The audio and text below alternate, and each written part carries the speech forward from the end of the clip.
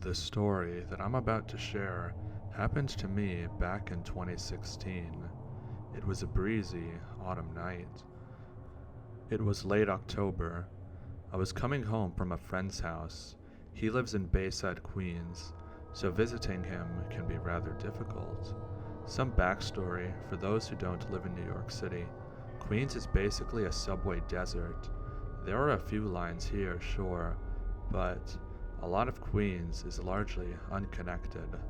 So to go home, I have to take an hour-long bus ride to Flushing, then another hour-long subway ride to my apartment in Manhattan.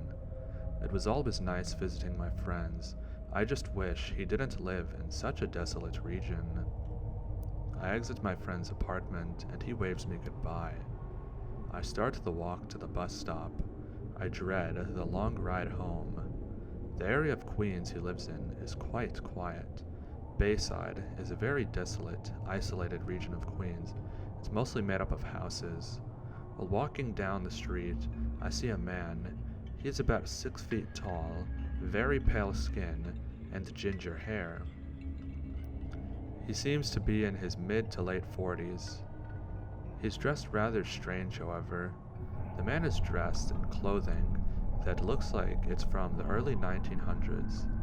As we're about to pass each other, the man suddenly stops and grabs my shoulder.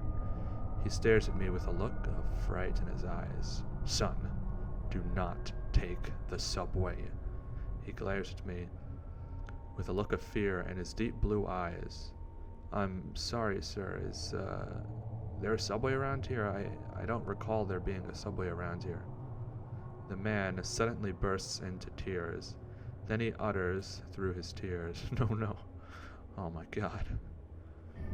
The man then runs off into the darkness, begging God for forgiveness. I simply shrug it off, as the man having a midlife crisis. I continue on my way to Bell Boulevard, the street where the bus stop is located. I finally reach Bell Boulevard. Strangely, the bus stop is nowhere to be seen. Am I lost? I say to myself. Out of the corner of my eye, I see something glowing. I turn my gaze to face it. What? How? I think. Across the street, there was a subway entrance. I thought the subway didn't run here. I guess I must have missed it this whole time. I begin walking over to the entrance, thinking about how my phone never told me to take this instead of the bus. I finally reach the entrance.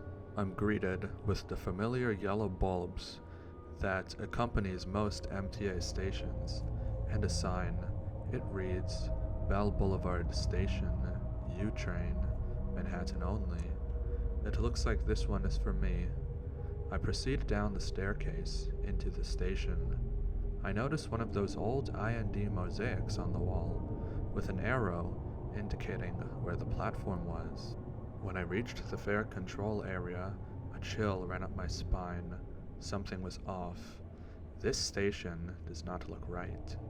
The pillars had that old 1950s dull paint job. All of the signs were using some off font. I'll admit, the font looked nice, but something felt wrong. I go over to the map, and everything looks different. It looks like they forgot to update the map. It reads 1955. The MTA was always cheap, so I dismissed it. I go over to the booth manager to ask where this train goes. He is also dressed as if he were from the 1900s. I asked him where to take this train to reach my destination. He simply ignored me. I tried again, and he ignored me again. I assumed he must have been pissed off about something, so I went over and paid at the turnstiles and went in. The platform again had that old 1950s dull paint job. I had a glance over at the pillars. They were a dull sand blue color. That's when something stuck out, even more than everything else. Typically, the pillars have a sign on them indicating what station it was. However, this one was not the typical black square. with white text. It was quite the opposite. I shrugged it off as me never riding this line. However, this was odd because this seemed to be a universal feature.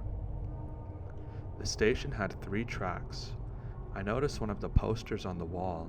It reads, "Report all Russian communists." It has a large hammer and sickle with an X over it. It then shows a man beating another man who has a hammer and sickle on his shirt. I get slightly insulted by this, as I am a very stereotypical looking Russian. I even have a Russian accent. I decide to let it go and forget about the incident.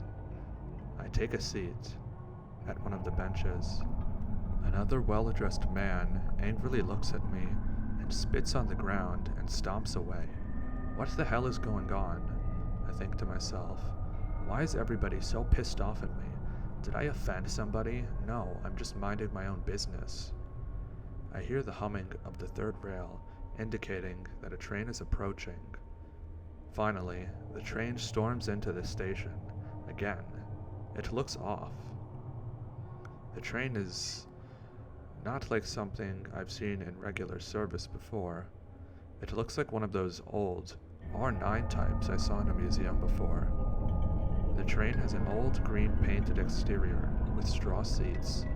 The route sign reads, 2nd Avenue Express via Northern Boulevard to Coney Island.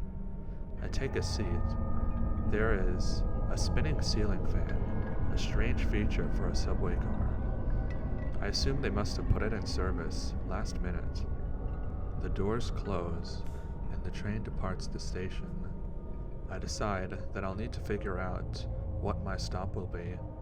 I ask a woman sitting nearby what the next stop is. She looks frightened and gets up and quickly leaves the car. This is starting to get annoying. Another woman is sitting nearby and I decide to ask her what the next stop is. She looks at me and says how I'm awfully brave for riding this line. What does that mean? I say. She just smiles and says 205th Street. I ask her how far Manhattan is. She says it will be about 11 stops. And then, out of nowhere, she just tells me to go back to Russia. Okay, I asked you a simple question. You do not have to be so rude. She then looks around and sees a group of men already glaring at me. She then screams, "Help, help, communists." She then runs over to them and tells them I was threatening her life. Hey, all I asked is how many stops is it until Manhattan? The group of men in suits approach me. The train stops at the next station and she moved to the next car. What did you say you were going to do to her? I didn't say anything. There were about 5 of them. I was outnumbered, so I tried de-escalating the situation. One called me a communist piece of shit. And then another said, "Do you think you're entitled to treat a woman like that, you fucking bastard?" Hey man, I just asked a simple question. So you think asking her for money is a simple question? I bet you think she has to give you half of her stuff, you fucking communist. I tell them that I'm not a communist. How about we kick your ass and teach you a fucking lesson? One says, "Guys, please, I didn't do anything." The men begin closing in. I knew I stood no chance. The train enters the station, so I take my chance. I push by the man and try to escape the car, but the doors close before I get out. The biggest one then grabs me and slams me against the pole, and I collapse to the ground. Fucking communist woman beater, they say as they begin to kick me repeatedly. I beg for mercy. They don't stop beating. I have no chance against them. It's game over. The hits keep coming, and I just hope that they lose interest. One then says, "Face me, you fucking piece of shit." He then repeats himself, "I said fucking face me." I am now staring straight down the barrel of a revolver. "I should fucking end your pathetic existence," he says as he lights a cigarette. He loads the revolver. He takes aim, but his friend stops him, thankfully. "I think he's learned his lesson," he tells him. Blood begins to block my vision, and I black out. I wake up to a janitor telling me to get the fuck off the train. I dizzily make it to my feet. "I just got attacked," I tell him. He calls me a communist bitch and says he doesn't give a fuck. He then says, "Let's go, bitch." He escorts me off the train. Why does everyone hate me tonight? What just happened? I've not done anything wrong. A sharp pain in my chest then occurs with every step I take. I see that the tiles on the wall indicate that I'm now at Times Square. The janitor grabs me by my shoulder and tells me to leave the country.